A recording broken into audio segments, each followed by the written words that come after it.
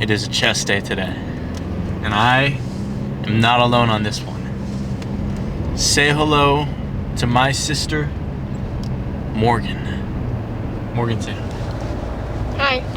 We're gonna go to our usual gym. LA Fitness yesterday was really good. I really liked it.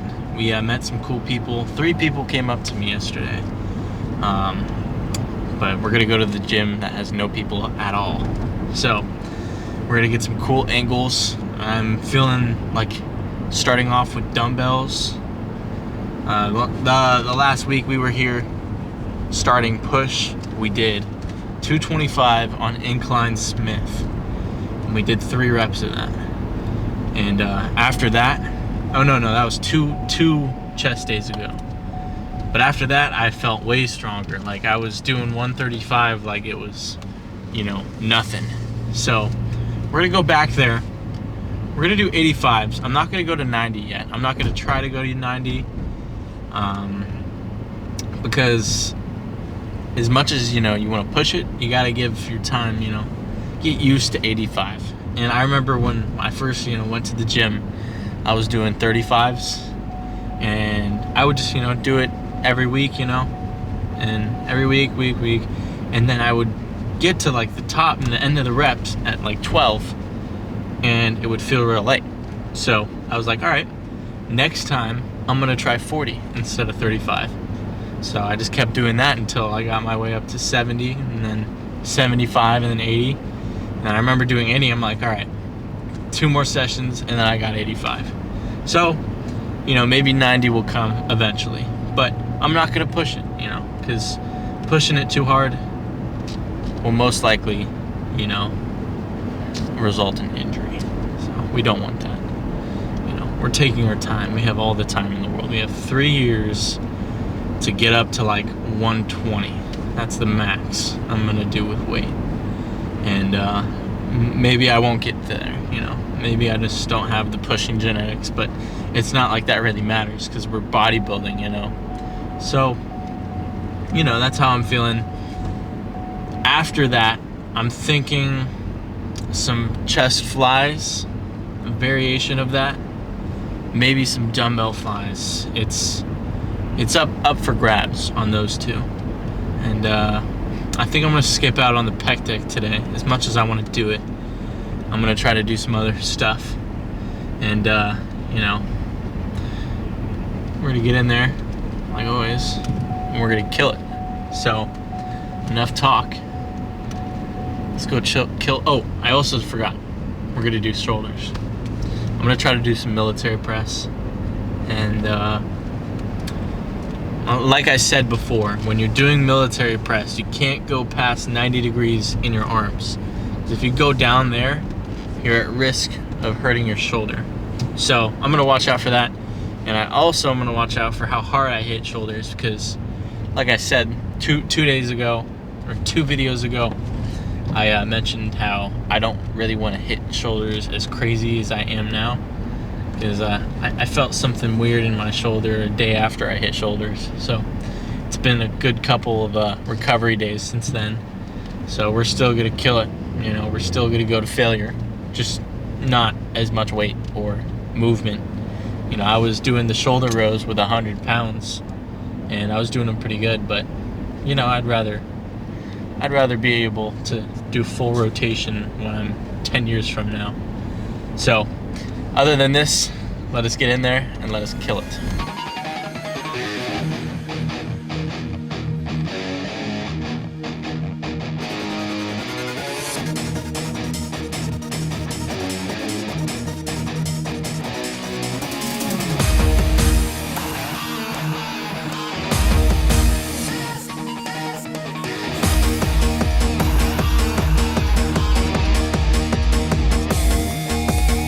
Do you like my car?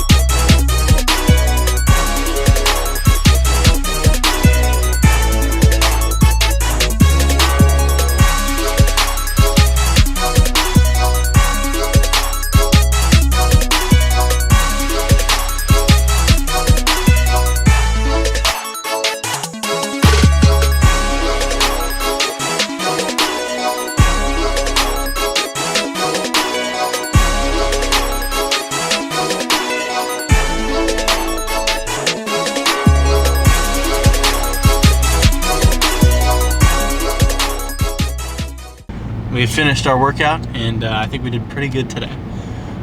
We didn't do as many shoulder workouts as I wanted to, but we are with Morgan, aka best sister ever. And I don't want to, use up all of her time. She just got here. She doesn't have a lot of time here. I am here for a week. Oh yeah. So yeah. Anyways, we're talking about the workout. It was a good workout. I felt the pump. I still feel it. And the best part about working out is driving home and just feeling the blood leave the muscle. It's deflating and it feels good, but I'm missing the pump go away. But Can anyways, I put it right here? Is that cool? Probably not. Right? Why? Because it's not good. Okay. Can they see me? I don't think they can see me. They can see you now. Okay, so we were talking about, and for me, I see it as a triangle, right? If you have people in your life, it goes as like a triangle scheme. The food pyramids where there's like food and then, the healthier foods are up above. It's just like that for people you meet. So for me, Jesus is at the top of that triangle. That's the gold piece. I was like, right? Where are you going with this? Jesus is the gold piece. He's the top of the top. The moment right before that, that's, family and best friends. Before that, that's like friends, and then at the bottom, people you don't even know, So when you're hanging out with people and you're getting to know people, you just want to be careful, not to let them up that pyramid too fast.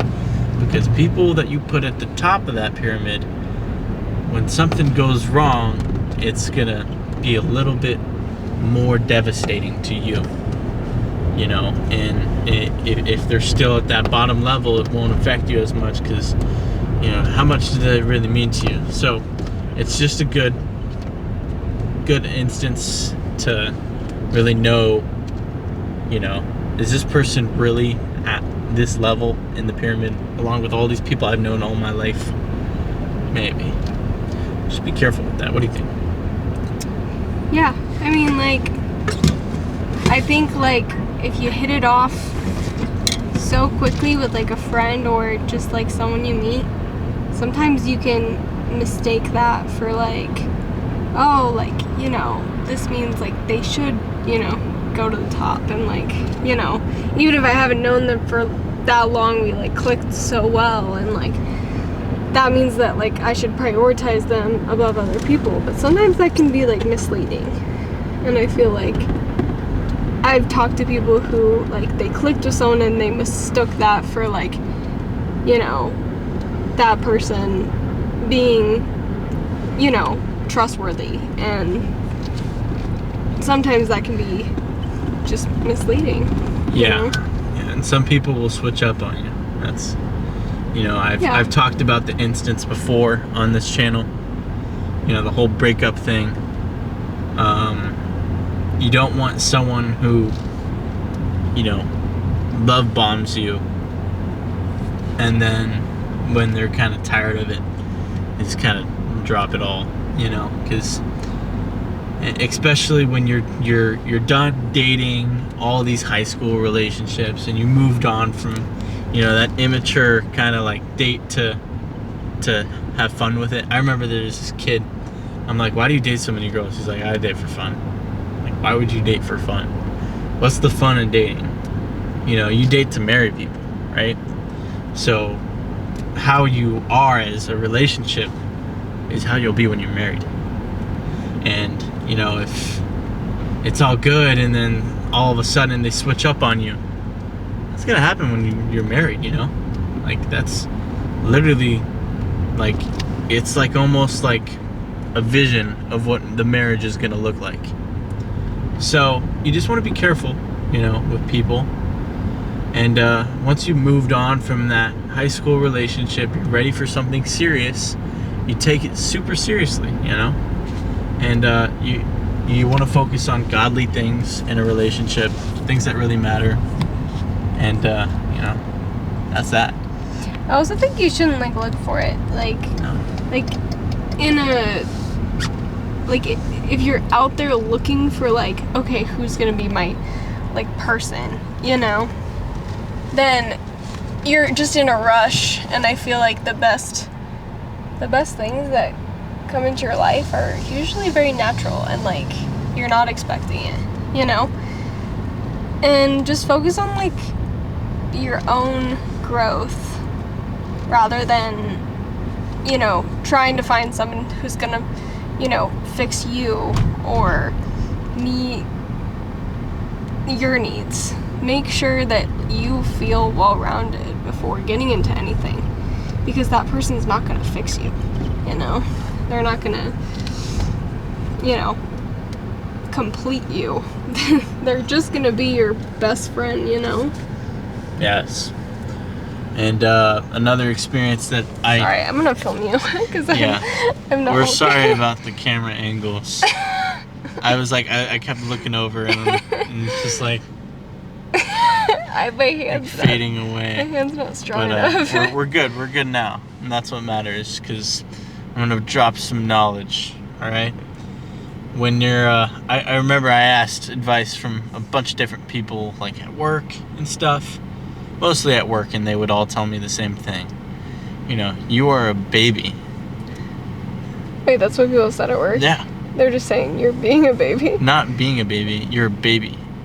You're young. Oh. Like, super young. 18 is super young. And if you're like thinking of marriage and stuff at 17, I know people who are married are my age. Married. You know, that's insane. Like, to me, you know, because your brains aren't developed all the way.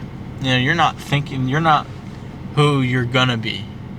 You know, I look back 2 years, even a year, and I look at myself, and I'm like a totally different person. Just imagine like a good 4 years of development, and you're with this random person that you liked when you were 19 or 17. You're a baby.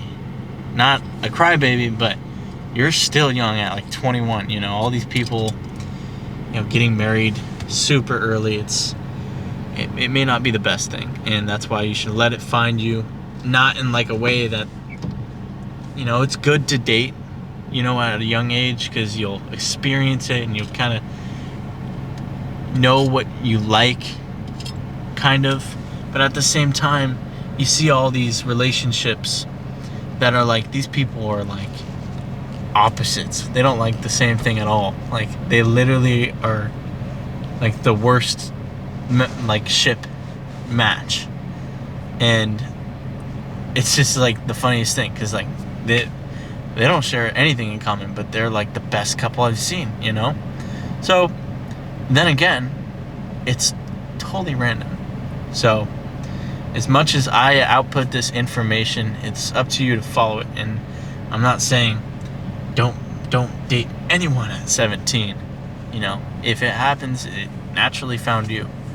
So everyone's different. People have been married, you know.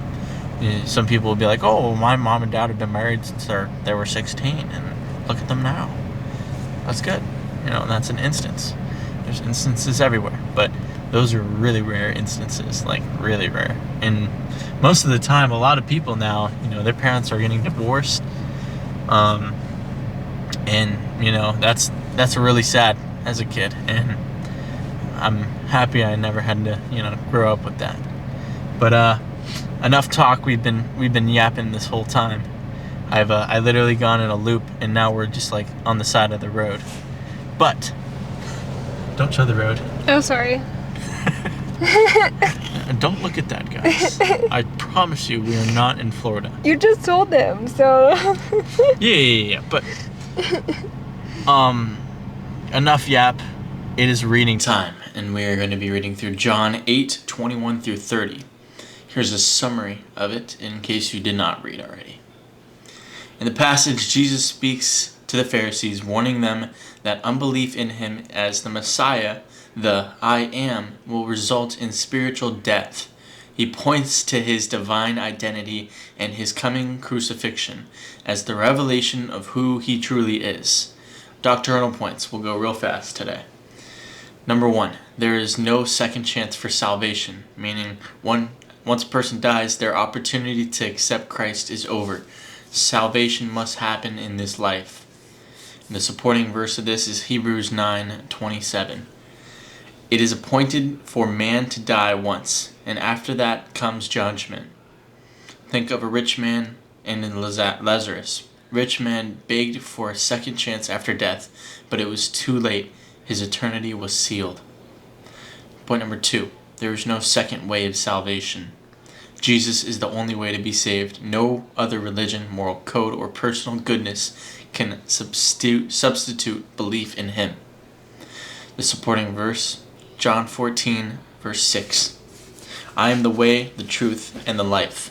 No one comes to the Father except through me. Example, the Pharisees thought that keeping the law was their way to God. Jesus tells them plainly, without believing in Him, their sin remains.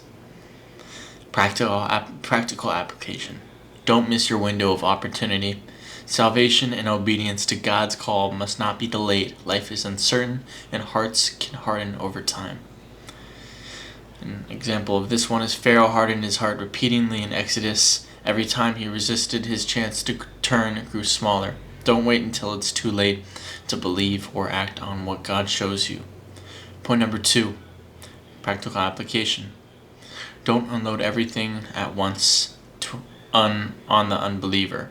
Meaning, when sharing your faith, be patient and wise. People may not understand or accept everything immediately, right? In summary, this passage is a warning and a mercy. Jesus wants to warn that unbelief leads to death and sin. But He also offers a clear way out. Believe in Him as the Son of God. Dear Lord Jesus, I pray that You help protect us, help us recover, and keep us safe. Pray that we grow closer to You and we believe in You as our one and only God. In Jesus' name, amen. Anyways, we had an amazing workout. My sister, it was cool that she came with us. She does not live with me, so this is a once in a while circumstance. And we got to work out with my brother, but I didn't get to work out with my sister. So that was amazing. And I thank you guys for watching. And you guys helped me feel way better. You know, this is something I love to do. And, you know, my time, I love to, you know, get these videos out for you guys. So, you know, as long as, you know, I still have those people who comment and make me feel like, you know, I'm actually reaching people and saying, you know, I love the content, you know, I feel a lot better about it. But thank you for watching and tuning in, and like always, let us kill it.